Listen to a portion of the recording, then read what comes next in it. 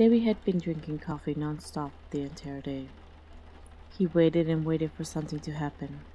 In particular, something bad to happen. He paced back and forth in the living room, occasionally looking through the window to the balcony. The feeling of persecution was getting intense. Not knowing when they would appear was leading him inside. It was the third day of this and he couldn't see the end in sight. At the very least, it was a relief for him that he didn't need to work for 2 weeks. Well, 10 days left actually.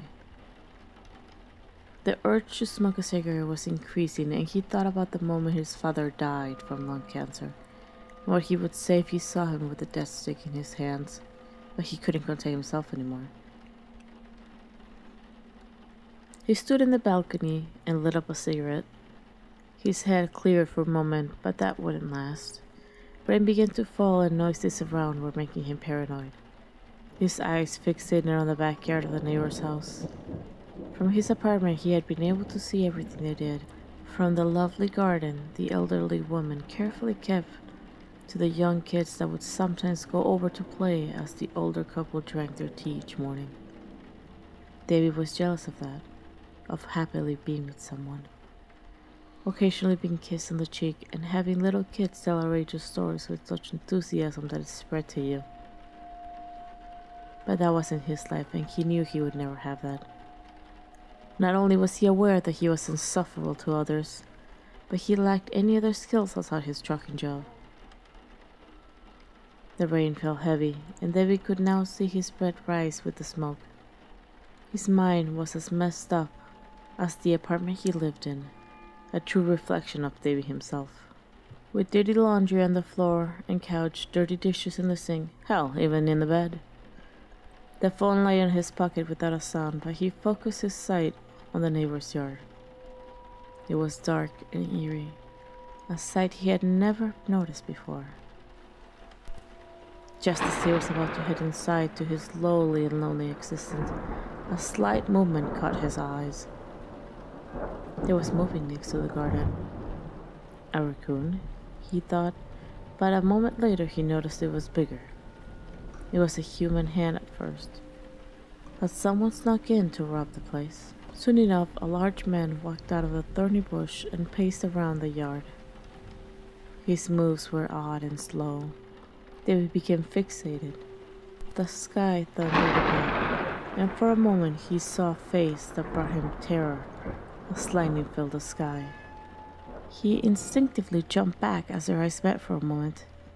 Davie ran inside with true fear, but his mind told him that rationally it was impossible for that man to be standing there. He looked back out from the railing, water soaking him in the process as he leaned over the edge. The man wasn't there and there was a moment of relief, until he noticed he was outside the yard, standing, looking up from the alley.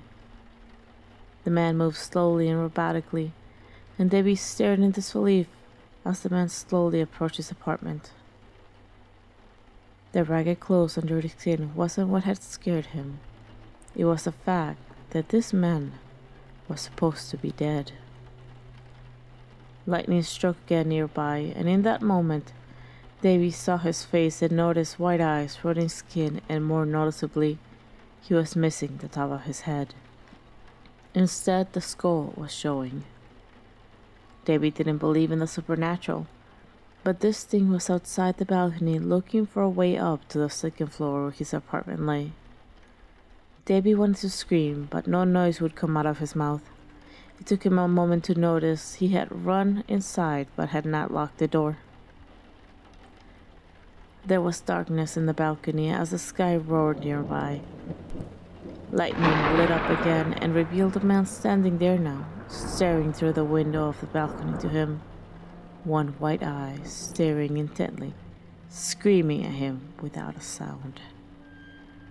Darkness took over again as the rain poured hard, and before he realized he had run out of his apartment in a panic.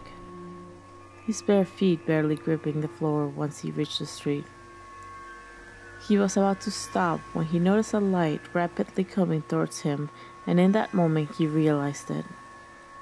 His mind went back to the first day of vacation. how he had been dead drunk and driving home, something he had never done before. And just as his body flew into the sidewalk and his bones snapped, the image of him hitting the old man next door hit him like a brick in the face. His heart sunk and he knew he deserved this. He had not even gotten the courage to check if the man had survived. He had run, but he couldn't outrun his guilt. The man plagued his mind and the zombie was going to get him back. He was sure of it now. Davie didn't even notice as he was being lifted up into an ambulance. He swore the zombie was behind the paramedic and it terrified him. But he knew he deserved anything that happened to him, for he was a coward.